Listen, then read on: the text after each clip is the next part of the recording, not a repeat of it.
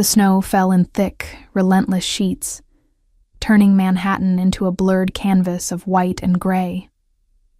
I pressed myself against the stone wall of a closed boutique, my thin coat doing nothing against the wind that cut through me like a knife. My fingers were numb, my lips cracked and bleeding from the cold. I'd been walking for hours, turning down random streets with no destination in mind. Just moving. Always moving. Because stopping meant thinking. And thinking meant remembering. Remembering Marcus. My hand instinctively went to my ribs, where the bruises from 3 nights ago still throbbed with each breath. Purple and yellow blossoms of violence that marked me as his, even now, even after I'd finally found the courage to run. The streets were empty, the storm having driven everyone indoors hours ago. I should have found a shelter, should have called one of the domestic violence hotlines I'd memorized during those long nights when Marcus worked late shifts. But he was a cop, a detective with the NYPD. He knew every shelter in the city, had friends in every precinct. The first place I'd tried, a church basement in Brooklyn, the volunteer had looked at me with something like pity, before quietly suggesting I might want to try somewhere else. I'd seen her phone screen as I turned away, Marcus's name at the top of her recent calls. He'd found me within 6 hours. I'd barely escaped that time, slipping out a back window while he charmed his way past the front desk with his badge and his practiced smile. The smile that had fooled me for 2 years. The smile that made everyone believe he was one of the good guys. A gust of wind nearly knocked me off my feet, and I stumbled forward, my vision blurring. I couldn't feel my toes anymore. Couldn't remember the last time I'd eaten. The $23 in my pocket, all I'd managed to grab before fleeing our apartment, wouldn't get me far. Not in this city. Not in this storm. I turned down another street, this one lined with upscale brownstones, their warm windows like accusations. Behind those doors, people were safe. Behind those doors, women didn't flinch at sudden movements or scan every room for exits. That's when I saw it. A black SUV parked at the curb, its engine running, exhaust creating small clouds in the frigid air. My frozen brain processed this slowly. Someone had left it running. Maybe they'd just ducked inside for something. Maybe they'd be gone for a few minutes. Just a few minutes to warm up. Just enough to feel my fingers again. I approached cautiously, my boots crunching in the fresh snow. The windows were tinted dark, impossible to see through. I circled to the driver's side, peered in. Empty. The interior lights were off, but I could see the dashboard glowing softly, could hear the gentle hum of the heater. My hand was on the door handle before I could talk myself out of it. It opened easily. Unlocked. The wave of warm air that hit me was almost painful against my frozen skin. I climbed in quickly, pulling the door shut behind me, and immediately pressed myself low in the seat, terrified that whoever owned this vehicle would appear any second. Seconds passed, then minutes. No one came. The leather seats were heated. I could feel warmth seeping through my damp jeans, into my frozen bones. I held my hands in front of the heating vents, watching my fingers slowly turn from white to pink.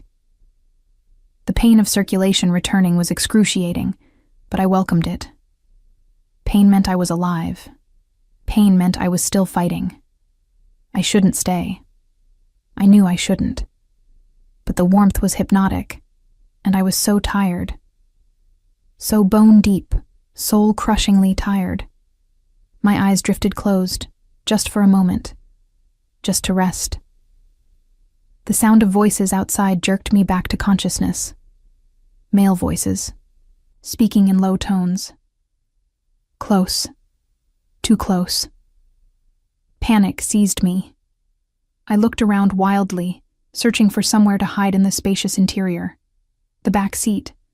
I could climb into the back. Maybe they wouldn't notice. But as I started to move, the door clicked. They were unlocking it from the outside. I froze, pressing myself as far down into the passenger seat as I could manage. making myself as small as possible. The door opened, and I squeezed my eyes shut like a child, as if not seeing them meant they wouldn't see me. "Boss, we should—" A man's voice cut off abruptly. "What the fuck?" "What?" Another voice, deeper, with a subtle accent I couldn't quite place. Italian, maybe. The voice held authority, the kind that didn't need volume to command attention. "There's someone in your car." Silence. Then footsteps crunching through snow, approaching the passenger side. I kept my eyes closed, my breathing shallow, knowing it was pointless, but unable to stop the instinct to hide. The passenger door opened. "Look at me." The command was quiet, but absolute. The kind of voice that expected obedience without question. Against my better judgment, I opened my eyes. The man standing beside the open door was not what I expected. Tall, broad-shouldered, wearing a wool coat that probably cost more than my yearly salary as a waitress. But it was his face that held me frozen. Sharp features, dark eyes that seemed to see everything. A slight scar along his jawline that should have made him look dangerous, but instead made him devastatingly handsome. He couldn't have been more than 35, but he carried himself with the confidence of someone who'd never been told no. "Please," I heard myself whisper. "I'm sorry. I was just trying to warm up. I'll go. I'm sorry." He studied me for a long moment, those dark eyes cataloging every detail. My wet hair plastered to my face, my cheap coat with the broken zipper, the way I was curled protectively into myself. His gaze lingered on my face, and I knew what he was seeing. The bruise along my cheekbone that I'd tried to cover with makeup that morning. The split in my lower lip that had just started to heal. "Marco," he said, not taking his eyes off me. "Get in the driver's seat." "Boss?" The other man sounded uncertain. "Now." The authority in that single word was absolute. I heard Marco move, heard the driver's door open and close. The man in front of me, the boss, climbed into the passenger side, forcing me to scramble into the middle seat to make room. He pulled the door shut, sealing us in together. "Drive," he ordered, and Marco didn't question it. The SUV pulled smoothly into traffic, or what passed for traffic in this storm. I pressed myself against the far door, my heart hammering so hard I thought it might bruise my ribs all over again. "What's your name?" the man asked. His voice was calmer now, almost gentle, but I'd learned not to trust gentle voices. "Sophie," I answered, because lying seemed pointless. "Sophie," he repeated, testing the name. "I'm Sebastian, and you're going to tell me who did that to your face." It wasn't a request. I looked away, staring at the blurred lights passing outside the window. "No one?" I fell. "Try again." The steel in his voice made me flinch. "I don't know you. I'm not telling you anything." He was quiet for a moment, and when he spoke again, there was something almost like respect in his tone. "Fair enough, but you were willing to freeze to death rather than go home. That tells me enough." I wrapped my arms around myself, suddenly cold despite the heated seats. I wasn't trying to freeze, I needed somewhere warm, just for a few minutes. I didn't think anyone would notice. "You broke into my car. The door was unlocked." The words came out sharper than I intended. "And I didn't break anything. I'm sorry. You can let me out anywhere. I'll find somewhere else." "In this storm." He gestured to the window, where the snow was falling even heavier now. "You'd be dead in an hour." "That's not your problem." "It is now." I turned to stare at him. "What?" Sebastian leaned back in his seat, completely at ease, as if having strange women in his car was a regular occurrence. "You're staying with me. Tonight, at least. We'll figure out the rest tomorrow." "I'm not going anywhere with you. I don't know you. You could be—" I stopped myself, but he smiled slightly, a knowing curve of his lips. Dangerous? He supplied. I am, but not to you. You can't just kidnap people. I'm not kidnapping you. I'm offering you shelter from a snowstorm that's already killed 3 people tonight according to the news. If you want to leave, I'll have Marco drop you anywhere you'd like. He paused. But we both know you have nowhere to go. The truth of it hit me like a physical blow. He was right. I had nothing. No money, no friends I could trust who weren't connected to Marcus somehow, no family close enough to help. I'd burned through my few remaining options in the past 72 hours. Why? I asked quietly. Why would you help me?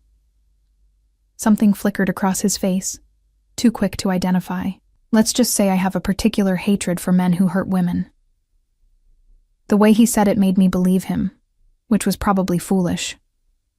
But I was cold and tired and out of options, and the warmth of this car was seductive enough to make me lower my guard. Just tonight, I said finally. Just tonight, he agreed, though something in his tone suggested he was lying. Sebastian's home wasn't a home. It was a fortress disguised as a mansion. Marco drove us through increasingly upscale neighborhoods until we reached a private drive, where a gate opened automatically at our approach. The house beyond was massive, 3 stories of stone and glass perched on what must have been acres of property. Even through the heavy snowfall, I could see the meticulous landscaping, the subtle security cameras, the sense of wealth so profound it didn't need to announce itself. This is where you live? The question slipped out before I could stop it. Sebastian glanced at me. Does that surprise you?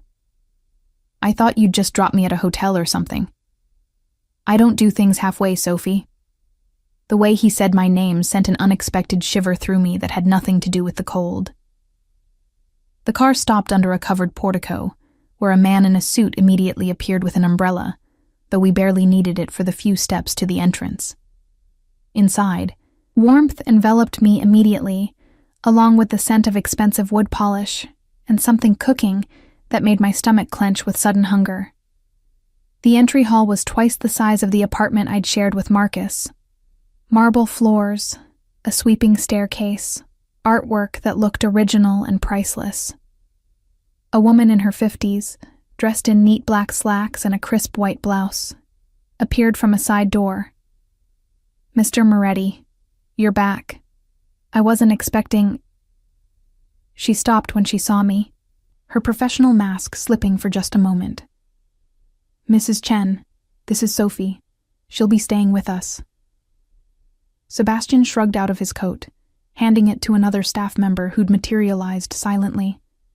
She'll need a room prepared, warm clothes, and dinner. Of course, sir. Mrs. Chen's surprise was quickly concealed behind efficiency. Right away. I don't need all that, I protested. Really, just somewhere warm to sleep. I'll be gone in the morning. Sebastian turned to me, and for the first time, I saw something like amusement in his dark eyes. Humor me. Before I could argue, Mrs. Chen was gently shepherding me toward the staircase. Come, dear. Let's get you out of those wet clothes before you catch your death. I followed because I didn't know what else to do, acutely aware of Sebastian's gaze on me as I climbed the stairs. Mrs. Chen led me down a hallway lined with more artwork, to a room that was larger than my entire former apartment. The bathroom is through there. She indicated an open door. I'll find you something to wear while your clothes are laundered. Do you have any preferences for dinner? I stared at her, overwhelmed. Anything. I'm not picky. Her expression softened. When did you last eat, dear? The question made my throat tighten. Yesterday morning. Maybe. I don't remember exactly. She nodded, as if this confirmed something. I'll have something sent up right away. In the meantime, there's a robe in the bathroom. Take your time with the shower. You look frozen through. After she left, I stood in the center of the room, feeling completely out of place. The bed was enormous, with what looked like Egyptian cotton sheets. A sitting area by the window held a plush couch and chairs. My entire life could have fit in this room with space left over. The bathroom was equally impressive. Marble everywhere, a shower that could fit 4 people, a soaking tub I desperately wanted to sink into. But paranoia won out. I chose the shower instead, keeping it quick, constantly listening for any sound that might indicate danger. The hot water felt like absolution, washing away not just the grime of 3 days on the streets, but some of the bone-deep exhaustion I'd been carrying. I found expensive shampoo and soap, used them sparingly, and emerged feeling almost human again. The robe Mrs. Chen had mentioned was thick and warm, pure white terry cloth that probably cost more than my car payment used to. I wrapped myself in it and returned to the bedroom to find clothes laid out on the bed: soft gray sweatpants, a cashmere sweater, wool socks. All in my size, which should have alarmed me, but instead just added to the surreal quality of everything. I'd just finished dressing when someone knocked softly. "Come in," I called, expecting Mrs. Chen. Sebastian entered instead, carrying a tray. He'd changed too, now wearing dark jeans and a black sweater that emphasized his broad shoulders. Casual, but still somehow commanding. "Mrs. Chen is preparing a proper meal, but I thought you might want this immediately." He set the tray on the small table by the window. Soup, bread, cheese, fruit. Simple food, but it smelled like heaven. "Thank you," I said quietly, moving to sit. My hands trembled slightly as I picked up the spoon, and I saw him notice. He took the chair across from me, watching as I ate. I should have felt self-conscious, but hunger overrode everything else. The soup was rich and warming, made from scratch. Nothing like the canned variety I'd survived on. "Better?" he asked after I'd made significant progress. "Much, thank you, for all of this." I gestured vaguely. "I don't understand why you're doing this, but I'm grateful. Tell me about him." The abrupt shift made me freeze, spoon halfway to my mouth. "What?" "The man who hurt you. Tell me about him." "I don't want to talk about Marcus." Sebastian's expression darkened at the name. "Marcus? Last name? Why do you want to know?" "Because I'm going to make sure he never touches you again." The certainty in his voice should have scared me. Instead, it sent a strange warmth through my chest. "You can't do anything. He's a cop. Detective Marcus Sullivan, NYPD. He has friends everywhere, connections. That's why I can't go to the police. Why I can't—" I stopped, realizing I was saying too much. But Sebastian's face had gone completely still. "Marcus Sullivan. You know him?" "I know of him." His jaw tightened. "He's dirty, taking payments from the Albanian crew that operates in Queens. I've had people looking into him for months." My spoon clattered against the bowl. "What?" "Your boyfriend is on the payroll of one of my competitors. Has been for at least a year, probably longer." Sebastian leaned forward. "What else do you know about his extracurricular activities?" "I don't know anything. I thought he was just a detective. I didn't know about any of this." But even as I said it, I remembered things. Strange phone calls Marcus took in other rooms. Money he claimed was from overtime. The way he'd grown increasingly paranoid over the past few months. "How long were you together?" 2 years. We lived together for the last 8 months. I wrapped my arms around myself. He wasn't always like this. At first, he was. He made me feel safe, protected. But then things changed. He became controlling, jealous. The first time he hit me was 6 months ago. "And you stayed." There was no judgment in his tone, just a statement of fact. But I felt defensive anyway. "I tried to leave twice before Both times he found me. Both times he promised it would be different. And I believed him because I wanted to. Because I thought I loved him. Past tense. I stopped loving him the night he broke my ribs and told me if I ever tried to leave again, he'd kill me. I believed that too. Sebastian was quiet for a long moment. When did you run? 3 days ago. He was working a double shift. I grabbed what I could and left. I've been moving ever since, trying to stay ahead of him. But he knows this city better than I do. He knows where I'd go, who I'd talk to. I was running out of options when I found your car. You're safe now, am I? I met his gaze directly. You say he's working for your competitors. That means you're involved in whatever they're involved in. Crime, illegal things. Why should I trust you any more than I trusted him? To his credit, Sebastian didn't insult me by denying it. You shouldn't. Trust is earned, not given. But I can promise you this. I've never hit a woman. I never will. And anyone who does forfeits their right to keep breathing as far as I'm concerned. The cold finality in his voice made me shiver. You're talking about killing him. I'm talking about justice, the kind that doesn't require courtrooms or judges who can be bought. I don't want anyone dead because of me. Then you're more merciful than I am. He stood, moving to the window that overlooked the snow-covered grounds. Marcus Sullivan is a problem that needs solving regardless of you, Sophie. The fact that he hurt you just moves him higher on my priority list. I set down my spoon, my appetite suddenly gone.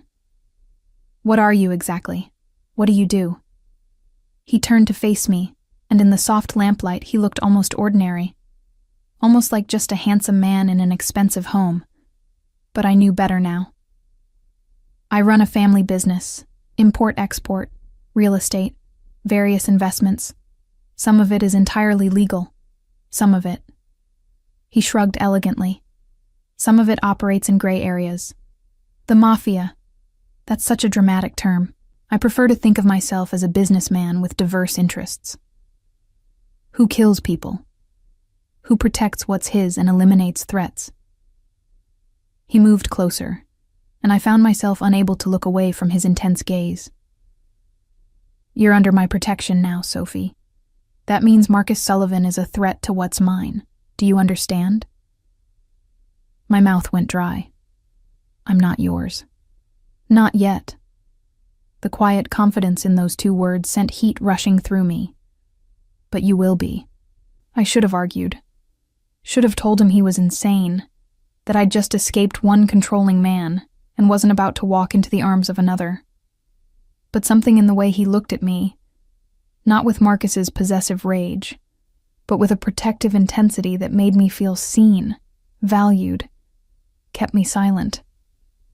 A knock at the door broke the moment. Mrs. Chen entered with another staff member, both carrying trays laden with what looked like a full meal. Your dinner, dear, Mrs. Chen said warmly. I wasn't sure what you liked, so I prepared a variety. There was pasta, salad, bread that was clearly fresh-baked, and some kind of chicken that smelled incredible. More food than I could eat in 3 days. This is too much, I protested. Eat what you can, Sebastian said. You need your strength. Tomorrow, we'll discuss what happens next. He moved toward the door, and I found myself not wanting him to leave, which was crazy. I'd known this man for less than 2 hours. Sebastian? He turned back. Why are you really doing this? He was quiet for a moment, something dark passing across his face. Because 7 years ago my sister was in a situation similar to yours. She called me for help, but I was in Milan on business. I told her to wait, that I'd handle it when I got back. His jaw tightened. She didn't wait. She went back to him instead. He beat her to death before I could get home. The raw pain in his voice made my chest ache. I'm sorry. I swore I'd never let another woman suffer, because I didn't act quickly enough. So when I find someone freezing in my car with bruises that look like his handprints... He didn't finish the sentence. He didn't need to. I'm not your sister. No, you're not. You're stronger. You ran before it was too late. But that doesn't mean you should have to do this alone. After he left, I sat staring at the closed door for a long time, trying to process everything. I'd gone from homeless and terrified to a guest in a mansion, protected by a man who was probably more dangerous than Marcus could ever be. A man who killed people. A man who just declared me his to protect. I should have been planning my escape. Should have been looking for the exits, figuring out how to slip away in the morning before I got any more entangled in Sebastian Moretti's world.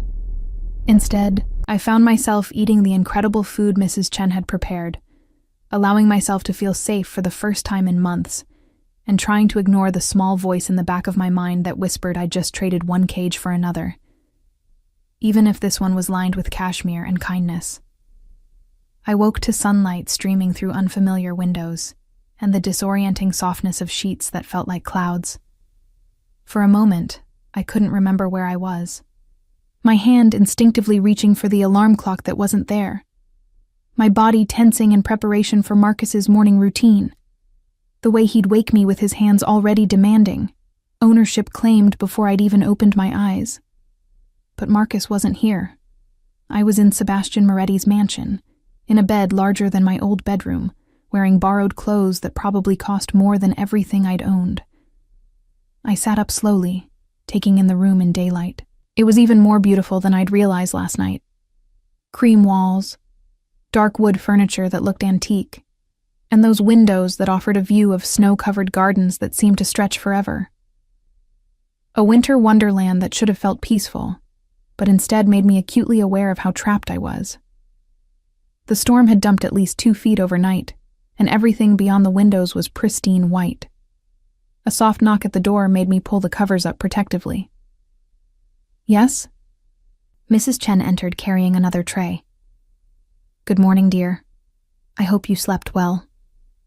I did, actually. The admission surprised me. For the first time in months, I'd slept without nightmares, without jerking awake at every sound. I've brought breakfast.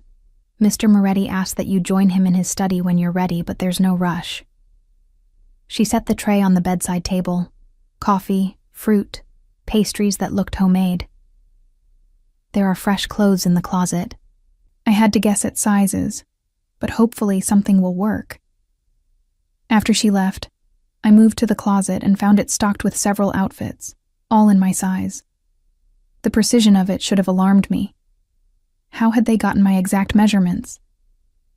But I was too focused on the clothes themselves. Designer jeans, soft sweaters, even undergarments still in their packaging. Everything I'd need to stay for more than just one night. I dressed in dark jeans and a cream sweater, the fabric so soft it felt like a caress. Looking at myself in the full-length mirror, I barely recognized the woman staring back. No bruises visible anymore. They'd faded to yellow smudges easily covered with makeup someone had thoughtfully left on the bathroom counter. My hair, washed and dried, looked healthier than it had in months. I looked almost like the person I'd been before Marcus, before the fear had taken permanent residence in my eyes. The study was easier to find than I'd expected. I simply followed the sound of Sebastian's voice. He was on the phone, speaking in rapid Italian that I couldn't follow, his back to the door as he stood at the window. I hesitated in the doorway, unsure if I should interrupt. He must have sensed my presence because he turned, his eyes finding mine immediately. Something shifted in his expression. Softened, maybe, though it was hard to tell with a man who kept his emotions so carefully controlled. "I'll call you back," he said into the phone, switching to English. "Yes, handle it." He ended the call and gestured to the chairs positioned in front of his desk. "Sophie, did you sleep?" "Better than I have in a long time." I took one of the chairs, very aware of how his gaze tracked my movement. "Thank you again. For all of this. You don't need to keep thanking me." He moved to sit behind his desk, putting a barrier between us that somehow felt deliberate. We need to discuss your situation. I'll leave today. The storm's over, and I'm sure I've imposed enough. You're not leaving. The flatness of his tone made me stiffen. Excuse me? It's not safe. Marcus knows by now that you've been gone more than a few hours. He'll be looking for you everywhere.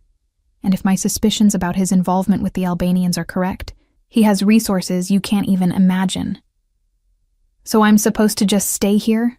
Forever? Until the situation is resolved. And when will that be? Sebastian leaned back in his chair, studying me with those dark, assessing eyes. When Marcus Sullivan is no longer a threat. The implication was clear. You're going to kill him. I'm going to eliminate a corrupt police officer who's working with my enemies and happens to beat women in his spare time. The fact that he's your ex is almost secondary. Almost. A slight smile curved his lips, there and gone so quickly I almost missed it. You deserve justice, Sophie. Real justice, not the kind that puts you in front of a judge while his cop friends testify about what a good guy he is. I wanted to argue, but he was right. I'd looked into restraining orders during one of my previous attempts to leave. Marcus's partner had laughed, actually laughed, when I'd called the domestic violence hotline from a burner phone. Marcus Sullivan? No way. Guy's a Boy Scout. You must have done something to piss him off. What if I don't want you to kill him? I asked quietly. What if I just want to disappear, start over somewhere he'll never find me? Then I'll help you do that. He said it so simply, as if relocating someone's entire life was as easy as ordering coffee. But it won't stop him from hurting the next woman, or the one after that. Men like him don't change, Sophie. They just find new victims. The truth of it sat heavy in my chest. I thought of the blonde I'd seen Marcus talking to at a police charity event last year. The way she'd laughed at something he said, completely unaware of what he really was. How long until he had his hooks in her? How long until she was the one with bruises she covered with makeup? I don't know if I can live with having someone's death on my conscience, I admitted. Then you won't. I'll handle it, and you'll simply move forward with your life. Free. Safe. He paused. Under my protection. For how long? As long as you need it, or want it. The way he said the last part made heat curl low in my stomach. I stood abruptly, needing to move, to put distance between us and whatever this tension was building between us. I moved to the window, looking out at the pristine snow. I don't understand you, I said to my reflection in the glass. You're involved in organized crime. You hurt people, probably kill them. But you're offering to protect me, to help me. Why? I told you about my sister. That's not all of it. I turned to face him. There's something else. For a long moment, he just looked at me. Then he stood, moving around the desk to lean against it, arms crossed over his chest. The casual pose did nothing to diminish the predatory grace of his movement. You're right. There is something else. His gaze held mine. From the moment you opened your eyes in my car last night, I knew you were different. The way you looked at me, not with fear exactly, but with this fierce determination to survive. You were half frozen, clearly terrified, but you still had fight in you. Lots of people have fight in them. Not like yours. Most people who've been through what you have, they're broken. You're bent, maybe. Bruised. But not broken. He moved closer, and I found myself unable to step back. I want you, Sophie. I want you safe and protected, and in my life. And I always get what I want. My breath caught. You don't even know me. I know enough. I know you're smart. Smart enough to run before it was too late. I know you're resourceful.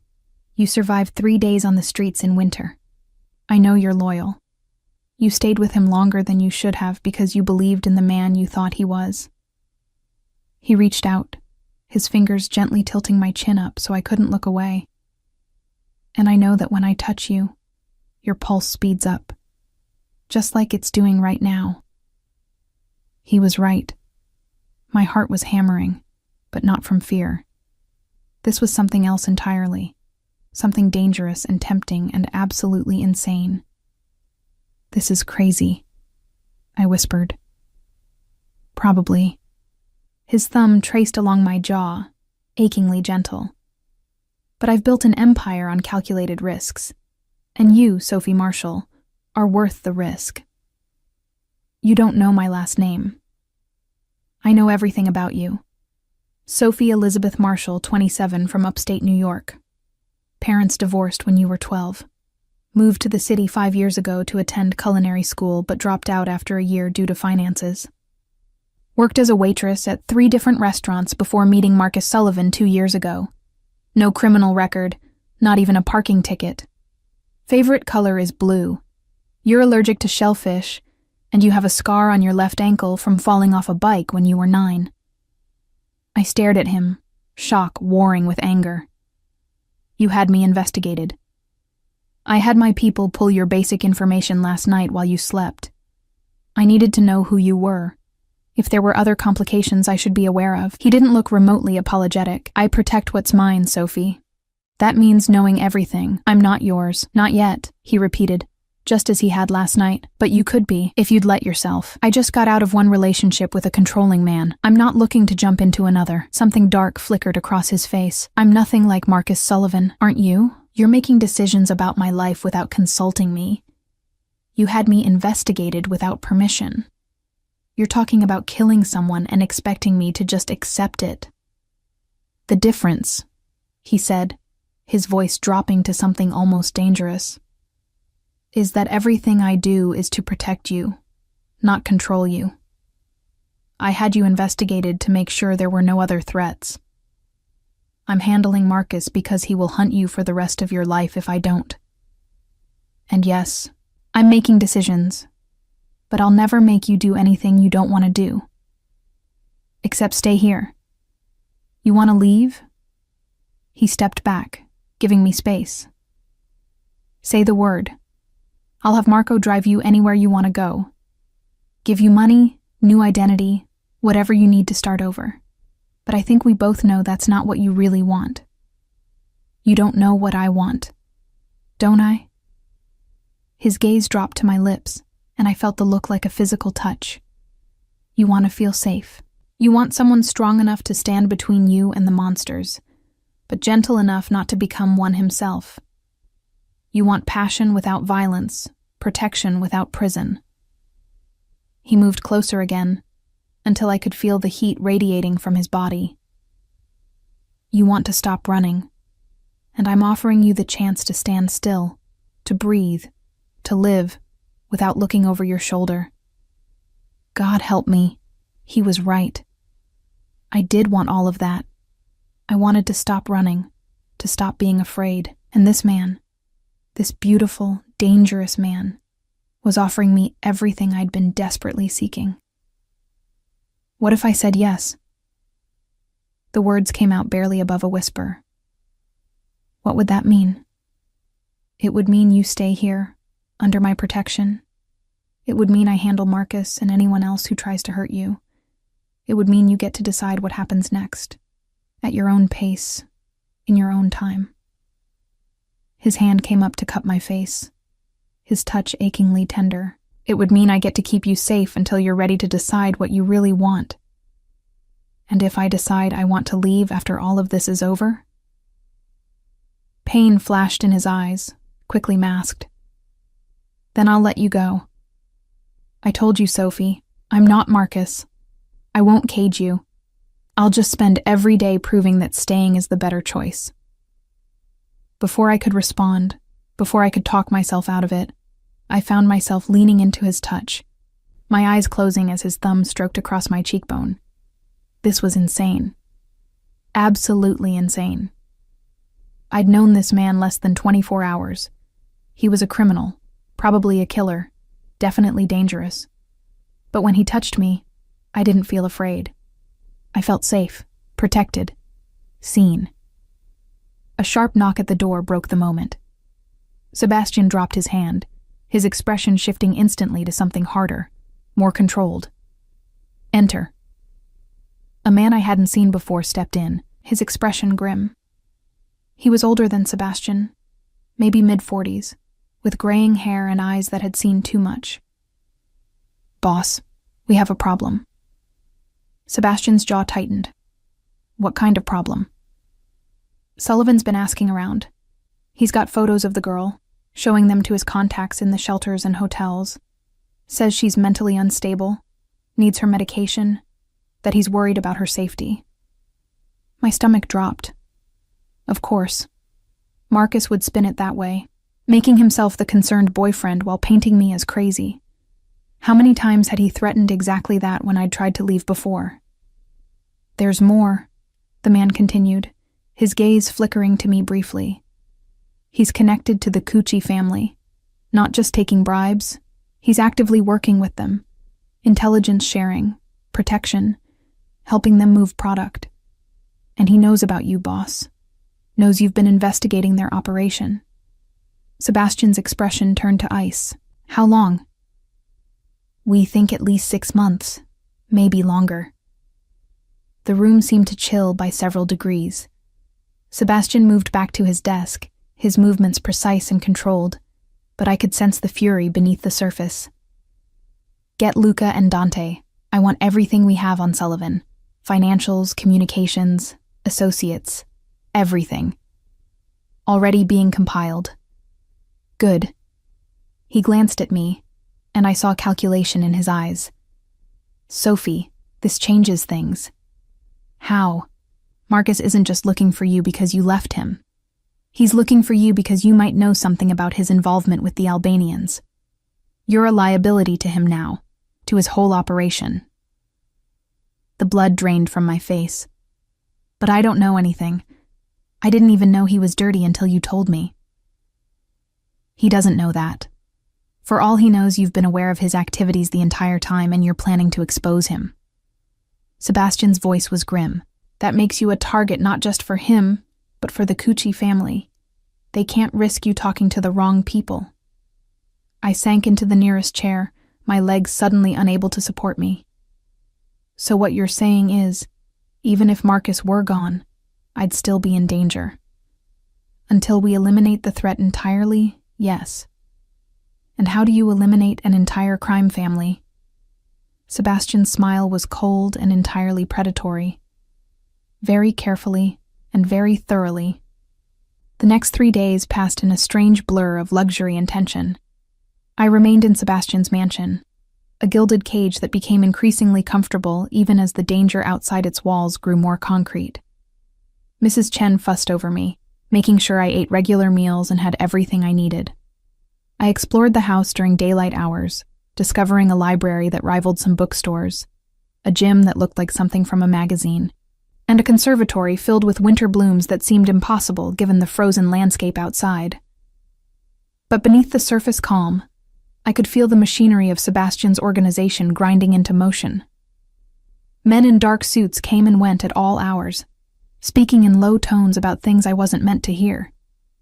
Phones rang constantly. Sebastian himself seemed to be in perpetual motion, always on a call or in a meeting, though he made a point of having dinner with me each evening. Those dinners were the strangest part. We'd sit in the formal dining room, or sometimes, when it was just the two of us, in a smaller breakfast nook that felt almost intimate. And he'd ask about my day, my thoughts, my past. Not about Marcus. Never about Marcus unless I brought him up. But about me. What I'd wanted to be when I was a child. Why I'd left culinary school. What I dreamed about before everything fell apart. And slowly, against my better judgment, I found myself opening up to him. I wanted to open a bakery, I told him on the 3rd night, over pasta that Mrs. Chen had made from scratch. Something small and cozy, the kind of place where regulars would come every morning for coffee and croissants. I even had a name picked out, Marshall's. "You could still do that." Sebastian said it like it was simple, like the dream I'd abandoned hadn't been crushed under the weight of Marcus's control and my own lost confidence. "It takes money to start a business. Money I don't have." "I have money." I set down my fork. I'm not taking your money, Sebastian. Why not? Because I don't want to owe you anything more than I already do. His expression softened. You don't owe me anything, Sophie. Everything I'm doing because I want to. Because seeing you smile when you talk about baking makes me want to hand you the keys to an entire building and tell you to create whatever makes you happy. The sincerity in his voice made my chest ache. You don't even know me. Not really. I know enough. I know you're stronger than you think you are. I know you light up when you talk about creating something beautiful. I know you have nightmares about him still, because I hear you through the walls sometimes. But you never talk about them because you don't want anyone to know you're still afraid. He reached across the table, his hand covering mine. I know that when I touch you like this, you don't flinch. And that matters more than you realize. He was right. I didn't flinch from his touch, even though every instinct I'd developed over 2 years with Marcus should have made me wary of any man's hands on me. But Sebastian's touch was different. Gentle, asking rather than demanding, offering comfort rather than claiming ownership. I'm terrified of this, I admitted quietly. Of you. Of what I'm starting to feel. Good. You should be. I'm not safe, Sophie. But I promise you, you're safe with me. There's a difference. Before I could respond, Marco appeared in the doorway, his expression grim. Sebastian's entire demeanor shifted instantly, his hand withdrawing from mine as he became the dangerous man who ran an empire. What is it? Sullivan's making moves. He's got people watching the shelters, the bus stations, and he's filed a missing persons report, claiming you're a danger to yourself. My hands clenched into fists. He's going to convince everyone I'm crazy, just like he always threatened. Let him try, Sebastian said coldly. Marco, status on our other project? Dante's people have everything ready. We can move on the Cucci warehouse tomorrow night. Should send the right message. Good. And our friend in the precinct? Captain Reynolds is on board. He'll make sure Sullivan's activities come to light at the right time. I looked between them, my stomach sinking. You have a police captain on your payroll? Sebastian's gaze met mine. I have several. The difference between my organization and the Albanians is that I'm very selective about my corruption. I only work with people who share my values. Values? You're bribing cops. I'm ensuring that the law serves justice instead of bureaucracy. He stood, moving to the window. Captain Reynolds is a good man who wants to clean up his department. I'm giving him the resources to do that. In exchange, he makes sure that people like Marcus Sullivan don't hide behind their badges. It's still wrong, perhaps, but it's effective. He turned back to me. I won't apologize for the choices I've made to build my power, Sophie, but I will use that power to protect you. Marco cleared his throat. Boss, there's one more thing. Sullivan's been to 3 of the Albanian clubs in the past 2 days. Looks like he's calling in favors, getting them to help with the search. Then we accelerate the timeline, Sebastian decided. I want everything in place by tomorrow night, and get some of our people on the street. If Sullivan's looking for Sophie, I want to know the moment he gets close. After Marco left, I remained at the table, processing everything I'd just heard. Tomorrow night, Sebastian was planning some kind of attack on the Albanian operation. An attack that would likely end in violence, possibly death. And it was all connected to me, to Marcus, to this increasingly complex web I'd stumbled into. You're going to start a war, I said quietly. I'm going to end one. He moved back to the table, kneeling beside my chair so we were at eye level. The Cucci family has been encroaching on my territory for months. Marcus Sullivan has been feeding them information about my operations. This would have happened eventually. You just accelerated the timeline. People are going to die. People die every day in my world, Sophie. The question is whether those deaths serve a purpose. I looked into his eyes, those dark, fathomless eyes that held such intensity. And what purpose does this serve? It serves the purpose of keeping you safe, of eliminating threats, of making sure Marcus Sullivan understands that touching you was the last mistake he'll ever make. I don't want you to kill him because of me. Then consider it a bonus. I'm killing him because he's a corrupt cop working with my enemies. The fact that he hurt you just makes me feel better about it. The cold logic of it should have horrified me. Maybe a week ago it would have. But after 3 days in Sebastian's world, I was beginning to understand the brutal mathematics of survival in this life. Marcus had made himself a threat on multiple fronts. In Sebastian's world, threats were eliminated. What happens after? I asked.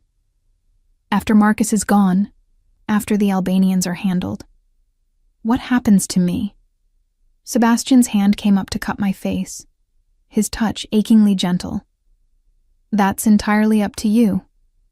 You can leave, start over somewhere new with a new identity and enough money to open 10 bakeries. Or, he paused, his thumb brushing across my lower lip. Or you can stay. Build your life here, under my protection. See where this thing between us goes. This thing, this magnetic pull that's had me thinking about you every moment since you climbed into my car. This connection that makes me want to give you everything you've ever wanted and destroy anyone who's ever hurt you. His voice dropped lower. This feeling that tells me you were meant to be mine. My breath caught. Sebastian, you feel it too. I know you do. I did. God help me, I did. This man I'd known for 3 days had somehow worked his way under my skin, past the defenses I'd built so carefully. When he looked at me, I felt seen. When he touched me, I felt cherished. When he promised to protect me, I believed him. I'm broken, I whispered. Marcus broke something in me. I don't know if I can ever fully trust someone again, if I can ever be what you deserve. You're not broken. You're healing. And I'm patient. He leaned closer, his forehead resting against mine. I'll wait as long as it takes, Sophie. I'll prove to you every single day that I'm nothing like him, that my hands will only ever touch you with gentleness, that my protection comes without strings attached. Everything has strings attached. Not with me. Not with you. His lips brushed against mine, feather-light, asking permission. Let me show you the difference between ownership and devotion. I should have pulled away, should have maintained the distance, kept my guard up, protected what little remained of my battered heart. But I was so tired of being afraid, so tired of second-guessing every instinct. And my instincts were screaming at me to lean into this man, to trust him, to take the leap. So I did. I closed the distance between us, my lips meeting his in a kiss that started gentle but quickly became something more. His hand tangled in my hair, pulling me closer, but never demanding. I could feel the restraint in him, the careful control he was maintaining even as heat flared between us. When we finally broke apart, both breathing hard, he rested his forehead against mine again. Stay, he murmured, not just until Marcus is handled. Stay with me. Let me prove that I can make you happy. I'm terrified. Good. Fear means you're still fighting, still feeling. Just direct that fear outward, at the people who deserve it, and trust me to handle the rest. A commotion from the front of the house interrupted us. Raised voices, someone shouting. Sebastian was on his feet instantly, positioning himself between me and the door, his hand moving to the gun I hadn't realized he was carrying. Marco burst in, his face pale. Boss, we have a problem. Sullivan's here. He's at the front gate with 3 Albanian enforcers, demanding we turn over Sophie. My blood ran cold. How did he find me? Doesn't matter now. Sebastian's voice was ice. How many men do we have on site? 8, counting me. But boss, Sullivan's got his badge out. He's threatening to call in backup. Make this official. Let him try. Sebastian turned to me, his expression fierce. Go to my private room, 3rd floor, end of the hall. Lock yourself in. Don't come out for anyone but me. Sebastian. Now, Sophie. The command in his voice left no room for argument. I ran. Sebastian's private room was exactly what I'd expected. Masculine, sparse, with floor-to-ceiling windows that offered a view of the front drive. I could see them from here. Marcus's car, a black sedan, and 2 SUVs I didn't recognize. 4 men stood at the gate. Marcus's familiar form front and center, his badge held up like a talisman. I locked the door and pressed myself against the wall beside the window, watching as Sebastian emerged from the front entrance with Marco and several other men I recognized from around the house. Even from this distance, I could see the confidence in Sebastian's bearing, the dangerous grace that marked him as the predator he truly was. They approached the gate but didn't open it. I couldn't hear what was being said, but I could see Marcus gesturing wildly, pointing toward the house. One of the men with him, built like a tank with a shaved head, reached for something at his waist. Before I could even process what was happening, the situation exploded into violence. The tank man drew a gun. Sebastian's men responded instantly, weapons appearing from beneath jackets. Marcus stumbled backward, shocked by the sudden escalation. Someone shouted. Then the night erupted in gunfire. I dropped to the floor, my hands over my ears, my heart hammering so hard I thought it might burst from my chest. This was my fault. This violence, these bullets flying, the very real possibility of death. All of it because I'd climbed into Sebastian's car 3 nights ago. The shooting lasted maybe 30 seconds, though it felt like hours. Then silence, broken only by the ringing in my ears. I crawled to the window, peering over the sill. 3 bodies on the ground outside the gate. The Albanians who'd come with Marcus. Marcus himself was on his knees, hands behind his head, Sebastian's gun pressed to the back of his skull. Even from here, I could see the terror on Marcus's face, the complete reversal of power. Sebastian leaned down, saying something I couldn't hear. Marcus's whole body went rigid. Then Sebastian straightened, spoke to Marco, and walked back toward the house, leaving Marco and 2 others to handle Marcus. I was still on the floor when Sebastian entered the room minutes later, using a key I hadn't known he possessed. He locked the door behind him and crossed to where I sat trembling against the wall. Are you hurt? His hands were on me immediately, checking for injuries with a gentleness that contrasted sharply with the violence I'd just witnessed. I'm fine. I'm not the one who was just in a gunfight. My voice came out shaky. Marcus is currently being questioned in one of my warehouses. He'll tell us everything about his arrangement with the Kutsi family, and then he'll be dealt with. Dealt with? I looked up at him. You're going to kill him? Yes. The simple honesty of it was somehow more chilling than any elaborate justification would have been. Sebastian, He came here with armed men, Sophie. He was going to take you by force, probably kill me and anyone who got in his way. This isn't about what he did to you anymore, though that would be reason enough. This is about him attempting an armed assault on my home. I knew he was right. I'd seen the guns, the violence in Marcus's eyes even from a distance, but the reality of it, that a man I'd once loved, however mistakenly, was about to die because of me, made bile rise in my throat. Sebastian sank down beside me on the floor, pulling me into his arms. I'm sorry you had to see that. I'm sorry you're caught in this world. But you're not sorry about what you're going to do to him. No, I'm not. He tilted my chin up, forcing me to meet his eyes. He beat you, terrorized you, drove you to sleep in the snow rather than stay with him. He's corrupt, working with my enemies, and he just attempted to storm my home with armed men. There's no scenario where he walks away from this, Sophie. Not anymore. I know. And I did. Some part of me had known from the moment Sebastian promised protection that this was how it would end. I don't want to be the kind of person who's okay with murder.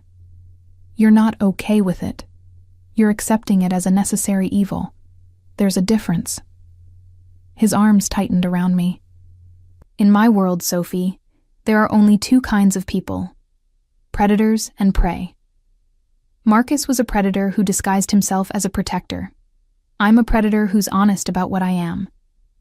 The question is, which would you rather have on your side? Put that way, the answer was obvious. I leaned into his embrace, letting his warmth chase away the chill that had settled in my bones. What happens now? Now, my people extract information from Marcus about the Albanian operation. Tomorrow night, we move on their warehouse, cut off their supply lines and their leadership. Within a week, the Kutsi family will be finished in this city, and you'll be safe. And Marcus will be gone before morning. He won't suffer, Sophie. I'll make sure of that. For you. The fact that he thought not suffering was a kindness told me everything about the world he inhabited. But I was too tired to argue, too overwhelmed by the events of the past hour to do anything but accept the reality I'd fallen into. We sat like that for a long time, Sebastian holding me while my heartbeat gradually returned to normal. Eventually, he stood, pulling me with him. You should rest. It's been a traumatic evening. I don't think I can sleep. Then at least lie down. I need to handle some things, but I'll be back soon. He guided me to the massive bed that dominated his room, pulling back the covers. Wait for me here. You're staying with me tonight. It should have felt like another line being crossed, another step deeper into his world. Instead, it felt like safety. I climbed into his bed, still fully clothed, and watched as he moved to the door. Sebastian? He turned back. Thank you for protecting me, for everything. Something soft passed across his face. Always, Sophie. For as long as you'll let me. After he left, I lay in his bed, surrounded by his scent, sandalwood and something darker, uniquely him, and tried to process everything. 3 nights ago, I'd been homeless and desperate. Now I was in a mob boss's bed, waiting for him to return after ordering the execution of my ex-boyfriend. My life had become something out of a crime novel, and the terrifying part was how quickly I was adapting to it. I must have dozed off eventually because I woke to Sebastian sliding into bed beside me, his arms pulling me against his chest. He was warm and solid, and I found myself relaxing into his embrace despite everything. Is it done? I whispered into the darkness. It's done. Marcus Sullivan won't hurt anyone ever again. I should have felt something. Grief, horror, guilt. Instead, I just felt tired. And safe. So safe in this dangerous man's arms. Sophie? His voice was quiet, almost hesitant. Are you going to leave when this is all over? I thought about it. Really thought about it. I could leave. Sebastian would give me everything I needed to start over. But the truth was, I didn't want to. Somewhere in the past few days, this dangerous man had become my safe harbor. This violent world had become my sanctuary. No, I whispered. I'm staying. His arms tightened around me. Thank God. We lay like that in silence, and slowly I felt something inside me begin to shift. The fear that had been my constant companion for 2 years was receding, replaced by something new. Not quite peace, not yet, but possibility. The possibility of a future without constantly looking over my shoulder. The possibility of happiness with a man who killed to protect me rather than to control me. I think I'm falling for you, I admitted into the darkness. and it terrifies me. I know. I'm already there. He pressed a kiss to the top of my head. But we have time, Sophie. All the time in the world to figure this out. No pressure, no demands. Just stay. Let me take care of you. Let me prove that not all powerful men are monsters. You kill people. Yes, but only the ones who deserve it. And I promise you, I will never ever turn that violence on you. You are sacred to me, Sophie, the one person in my world who will never have to fear me. I turned in his arms, looking up at his face in the dim light from the windows. Promise me something. Anything. Promise me that if I ever want to leave, you'll let me go. No matter how you feel, no matter what's happening. Promise me you'll never cage me. I promise. He cupped my face, his touch infinitely gentle. I want you to choose me every day, Sophie. And that choice only means something if you're free to make it. I believed him. Against all logic, against all my learned caution, I believed him. And that belief felt like the first real breath I'd taken in years. When he kissed me, it was different from before. Deeper, more intense, filled with promise and possession, and a tenderness that made my chest ache. I kissed him back, pouring into it all the fear and hope and desperate longing I'd been carrying. Stay with me, he murmured against my lips. Not just tonight. Stay with me and let me show you what you deserve. Let me give you the world. I don't need the world, I whispered back. I just need to feel safe. Then that's what I'll give you. Every single day for the rest of your life, if you'll let me. And there, in the darkness of his room, surrounded by the evidence of his dangerous life, but cocooned in his protective embrace, I made my choice. I chose the predator who promised safety over the prey's constant flight. I chose the man who killed my monsters over the man who became one. I chose Sebastian Moretti, in all his beautiful, terrible complexity. And for the first time in years, I chose myself. The next 24 hours passed in a blur of controlled violence and careful planning. True to his word, Sebastian moved against the Albanian operation with ruthless efficiency. I stayed at the mansion, pacing and worrying, while he and his men dismantled the Cucci family's presence in the city, piece by piece. Mrs. Chen tried to distract me with cooking lessons in the massive kitchen, teaching me techniques I'd never learned in my abbreviated time at culinary school. It helped, focusing on the precise art of laminating dough or the chemistry of emulsions, but I couldn't fully escape the awareness that Sebastian was out there risking his life. For me. Because of me.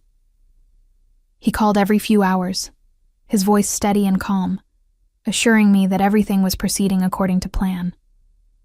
By the time he returned just after midnight, exhausted but unharmed, the Albanian operation in New York had been effectively neutralized. "It's over?" I asked, meeting him at the door. "It's over." He pulled me into his arms, and I could feel the tension draining from his body. The Cucci brothers are in custody. Not mine, but the FBI's. Turns out they've been building a case for months, and were happy to receive an anonymous tip about tonight's weapons shipment. The rest of their organization will fall apart without leadership. And Marcus? His body was found in the river this morning. Apparent suicide, jump from the bridge. At least, that's what the preliminary police report will say. His voice was neutral, but I could hear the edge beneath it. Captain Reynolds made sure the right people are handling the investigation. The truth about Marcus's corruption will come out slowly, posthumously. By the end of the week, he'll be remembered as a dirty cop who couldn't live with his guilt. I should have felt horror at the casual way he discussed murder and cover-ups. Instead, I felt relief. Marcus was gone. The threat was neutralized.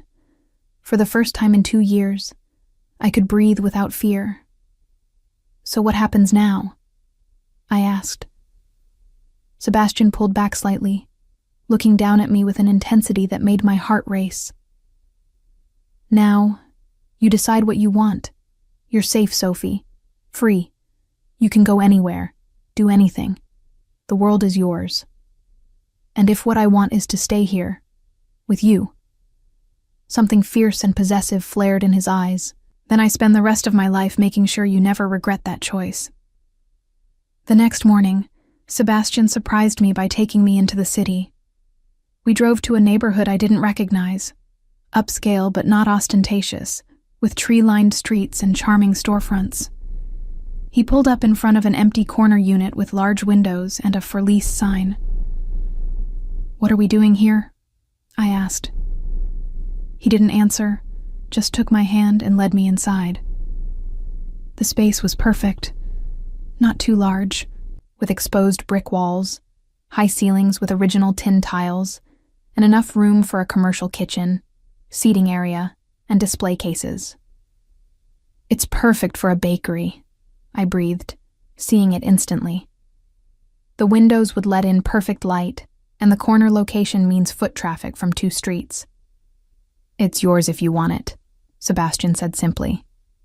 "The building owner owes me a favor. I can have the lease drawn up by end of business today." I turned to stare at him. "You can't just buy me a bakery." "I'm not buying it. I'm giving you the opportunity to build it yourself. The lease, the equipment, the initial inventory. Consider it an investment in your future. After that, the business succeeds or fails on your talent alone. This is too much. It's not nearly enough." He moved closer, his hands coming to rest on my shoulders. "You gave up your dreams because of Marcus, because of fear and violence and all the ways he made you small. I'm just giving you the chance to reclaim them." Tears stung my eyes. "Why? Why do all this for me?" "Because I love you, Sophie." He said it simply, like it was the most obvious thing in the world. "I've loved you since that first night when you looked up at me with fear and defiance in equal measure. I love your strength, your resilience, the way you light up when you talk about creating something beautiful, and I want to spend the rest of my life giving you reasons to keep choosing me." "I love you too," I whispered, the words feeling both terrifying and right. "It's too fast. It's probably insane, but I do. I love you, Sebastian." The kiss he gave me then was everything. Gentle and fierce, claiming and cherishing. A promise sealed with lips and breath, and the sheer force of emotion between us. Over the following weeks, my new life took shape. I signed the lease on the bakery space, began planning the layout and menu, worked with contractors Sebastian recommended to get the kitchen up to code. Mrs. Chen became my partner in testing recipes, her expertise in cooking translating surprisingly well to pastry. Sebastian was there for every milestone: the first equipment delivery, the inspection approval, the day the sign went up over the door with the name I'd dreamed of years ago, Marshall's. But it wasn't all sweetness and light. I had nightmares still, waking up gasping with the phantom feeling of Marcus's hands on me. Each time, Sebastian was there, holding me, reminding me I was safe. We started couples therapy, his suggestion, not mine, with a discreet therapist who specialized in trauma and asked no questions about Sebastian's occupation. 3 months after that first night in his car, Marshall's opened its doors. The line wrapped around the block, and I knew Sebastian had something to do with it. Probably encouraged every business owner in his sphere of influence to send their employees my way.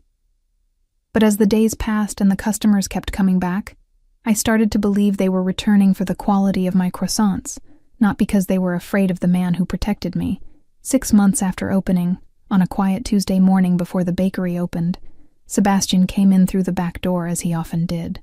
But this time, he wasn't alone. Marco and 2 other men I recognized flanked him, all wearing suits more formal than usual. My heart jumped. "What's wrong? Is there another threat?"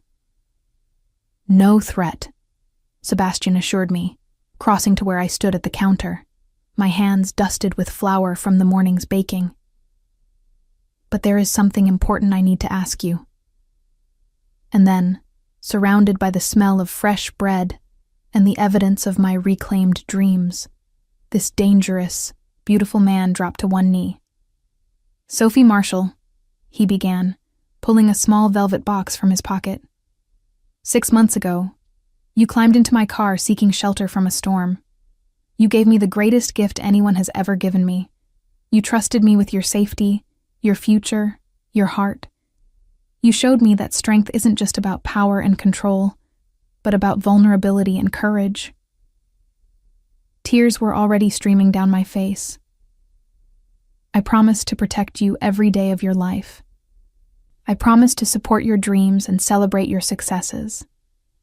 I promise that my hands will only ever touch you with gentleness, that my power will only ever shield you, that my love will only ever lift you up." He opened the box, revealing a ring that took my breath away. A simple band with 3 stones, a sapphire, a diamond, and an emerald. "Marry me, Sophie. Let me spend the rest of my life proving that I'm worthy of the gift you've given me." "Yes," I whispered through my tears. "Yes, absolutely yes." He slid the ring onto my finger. A perfect fit, of course, because Sebastian planned everything. Then he rose, pulling me into his arms, and kissed me while Marco and the other men applauded. "The stones represent our journey," he murmured against my lips. "Blue for the cold night when I found you. White for the purity of what we've built together. Green for the growth that's still to come. It's perfect. You're perfect. This is all—" I couldn't finish, overwhelmed by the sheer impossibility of how my life had transformed. "No, you're perfect," he corrected. "I'm just the man lucky enough to catch you when you fell." We were married 3 months later in a private ceremony at our mansion. The guest list was small. Mrs. Chen, who cried through the entire ceremony, Marco and a few of Sebastian's most trusted men, the therapist who'd helped me heal, and Captain Reynolds, who'd quietly ensured Marcus's corruption was exposed while protecting me from any fallout. There was no mention of Sebastian's business in the vows, no acknowledgement of the darker side of his empire. For that one perfect day, we were just Sophie and Sebastian, 2 people who'd found each other in the most unlikely circumstances and chosen to build a life together despite every logical reason not to. My wedding gift to him was a piece of art I'd commissioned, a painting of his car in the snow, with a figure barely visible through the window. A reminder of the night that changed everything.